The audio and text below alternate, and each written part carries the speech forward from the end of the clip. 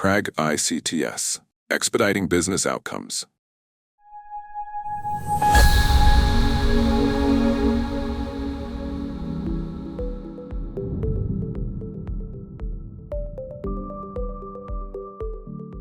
Hello, what I want to talk today is about a critical area of IT that is given casual treatment. Reasons could be many, but it's such a critical area that if not implemented, it's totally good as no IT. That is, securing your IT infrastructure, including your digital platforms, in a cohesive manner. When it comes to security, for you to have good coverage, for you to be confident on your security posture, it has to be total implementation, 100%. 99% is basically good as having no security. For an example, let's say that we want to secure our house, our residence. If you need your residence to be protected, you need to ensure that all points of vulnerabilities are properly addressed, including preventive measures, including monitoring, and including alerts as well. Otherwise, having an elaborate implementation with one compromise is good as getting your house robbed. Once it is robbed, it is robbed.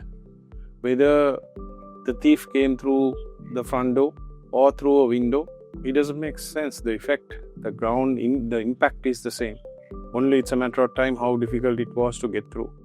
So today, if you see a corporate's IT infrastructure, it is not as straightforward and simple as it was 30-40 years ago. Today, you have corporates which are distributed globally, having offices in various countries. They may have a centralized IT infrastructure or a distributed on-premise IT infrastructure. This will also include digital assets and infrastructure in the cloud. And these services can span from infrastructure as cloud, platform as cloud services, software as a service, etc. And this could be also get distributed across different cloud providers. So as you see, this gets complicated as you go into the finer points of your IT landscape. If you take software, there could be a combination of inbuilt software engineered in-house to software that is commissioned through the cloud. Also, software from third parties or third-party development companies that could be on the cloud, that could be on-premise, could be a mixture of any combination. So from that viewpoint, all these needs to be secured in a comprehensive manner. These easy explanation or premature confidence pertaining to saying that, oh, we have antivirus, we may have a firewall, is a very loose and immature explanation or a view or a posture of IT security. To secure your infrastructure, you need to secure at the total infrastructure at a granular level. All vulnerability point needs to be identified, listed. That could span across your ISP service providers, your internal infrastructure, and computing devices, your cloud infrastructure, across your software platforms, credentials management, and also from an employee's perspective, you need to secure it as well so that everything is managed and monitored. And then there should be also capability, part of your security posture relating to automated monitoring and flagging as well. It cannot be, depending on the size and scale of the company, manual monitoring is not sufficient. Today, you have number of technologies available to automate these processes. And the other thing to take a note of is that security is implemented through tools, appliances, and software that you procure from external companies. So one needs to be cautious pertaining to the tools, equipment, software that you make a decision on to procure. These needs to be carefully, due diligence needs to be done at a detail level to see whether these products by these vendors are, well established, well recognized for their products and services. And depending on the size of the company, having an internal team will not suffice, because security spans across different areas of expertise. Cybersecurity, network security, I can list a whole heap of things.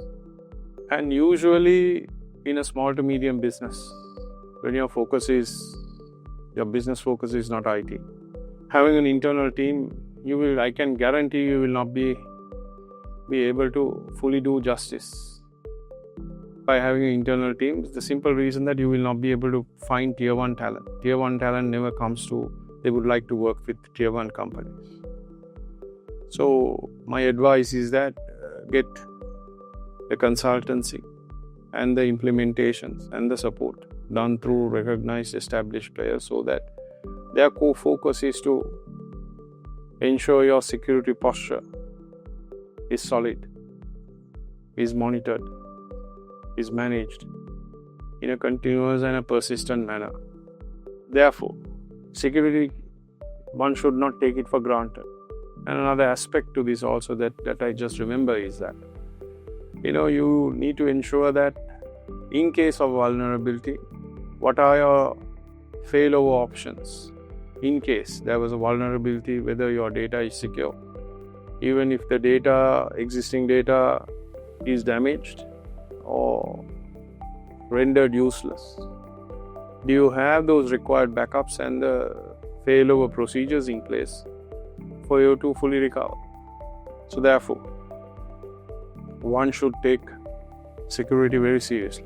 Today we operate on a, compared to 30, 40, 50 years ago when all the systems were managed on paper. Today everything is on the digital. You lose any of it or you compromise any of the systems, that's it. Your competitive edge, your critical information and details pertaining to your business is all compromised. And if there is no effective failover, it's good as done. A lot of the compromises, something that I have heard is that, it's kept private. When there are security lapses and when you're attacked, you keep it private because it's not something that you can, boast about on the web, because that shows your vulnerability. Customers and stakeholders may think twice because some of that information could relate to them. So therefore, I conclude with the hope that security is taken very seriously and professional assistance is sought to ensure that security is implemented in a cohesive manner and it is persistently managed, monitored, and due diligence done in a continuous manner as well. Thank you.